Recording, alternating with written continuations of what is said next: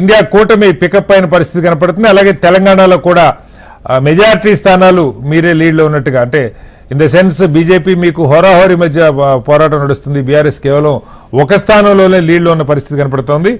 ఏంటి జాతీయ స్థాయిలో ఊహించని విధంగా నిజంగా కూడా అనేక సర్వేలు 400 పైగా ఎన్డీఏ కూటమికి వస్తాయని చెప్పి స్పష్టంగా చెప్పారు.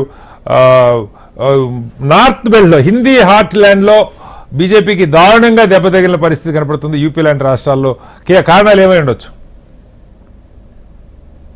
ప్యానెల్లో ఉన్నటువంటి సోదరులకి నమస్కారం. బేసిక్ గా అంటే ఎగ్జిట్ పోల్ ఏదైతే చెప్పినారో ఎగ్జిట్ పోల్ కి ఇవాళ విరుద్ధంగానే మనకి రిజల్ట్స్ వస్తున్నాయని మనం చూడాల్సినటువంటి అవసరం అయితే ఉంది. ఇండియా కూటమి ఎన్డీఏకి చాలా గట్టి పోటీ ఇస్తుంది అన్నది మనకు అర్థమవుతుంది. సో ఇంకా రౌండ్స్ ఉన్నాయి కాబట్టి ఇది కూడా ఇంకా మారొచ్చు. సో ఏదైతే మేము గెలుపు దిశగా వెళ్తామని అనుకున్నామో ఆ వైపుకి రావచ్చు అనేటువంటి ఎక్స్పెక్టేషన్ అయితే ఉంది. ఎందుకంటే ఇంకా సమయం ఉంది కాబట్టి, ఇంకా రౌండ్స్ ఉన్నాయి కాబట్టి. సో ఓవరాల్ గా దేశంలో అటు తెలంగాణ రాష్ట్రంలో ఏ విధంగా అయితే ప్రజలు మార్పు కోరుకున్నారో దేశంలో కూడా మార్పు వైపుకి ఓటు పడ్డది అన్నది మనం చెప్తున్నాం. అంటే సైలెంట్ ఓట్ అన్నది చాలా క్లీన్ గా అబ్జర్వ్ ఇక్కడ అవుతుంది మనకి. సో ఈ దాంట్లో అంటే ఎవరమైనా కూడా నేనే అనే అహంకారాన్ని వీడాల్సినటువంటి అవసరం ఉన్నది.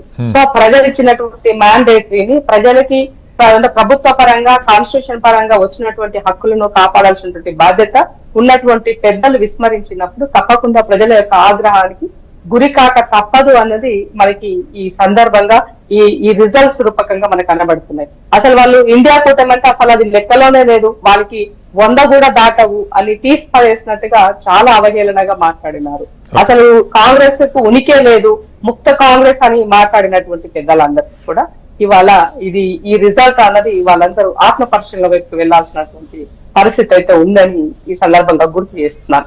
సో ఇవాళ అలాగే తెలంగాణకు వచ్చినట్లయితే తెలంగాణలో కూడా పరిస్థితులు ఇవాళ కాంగ్రెస్ పార్టీయే లీడ్ లో ఉంది. బీజేపీ కన్నా కూడా కాంగ్రెస్ ముందంజలో ఉంది. ఇంకా మాకు ఇంకా కొంచెం ఎక్కువ స్థానాలు వచ్చి ఉండాలి, బట్ ఎక్కడో ఏదో అయిపోయండి. ఇప్పుడు యాజ్ ఆఫ్ నౌ స్క్రీన్ మీద అయితే 8 బీఆర్ఎస్ లీడ్ లో ఉన్న ఒక స్థానం కూడా మాయమైపోయిన పరిస్థితి. ఎంఐఎం ఒక స్థానంలో, ఇద్దరు 8 స్థానాల్లో లీడ్లో ఉన్నారు. తెలంగాణ పార్లమెంట్ వరకు కొంత ఎగ్జిట్ పోల్స్ ఖచ్చితంగానే అంచనా వేసి అనుకోవాలి. 7-9 మధ్యలో ఉంటాయి ఇద్దరికని, అదే కనపడుతోంది ట్రెండ్స్. కాంగ్రెస్ 9 ఉంది, బీజేపీ వచ్చేసి 8 ఉంది. సో దాంట్లో ఇప్పుడు ఒక స్థానం కాంగ్రెస్ ఎక్కువగా ఉంది, ఒకటి బీఆర్ఎస్ ఒకటి ఎంఐఎం అని అనుకున్నప్పటికీ కూడా. అంటే ఈ ప్రజల్లో చాలా క్లియర్ గా ఒక మార్పు వైపు అన్నది కనబడుతుంది అనేది మనం చెప్పొచ్చు ఈ ఓటు అనేది.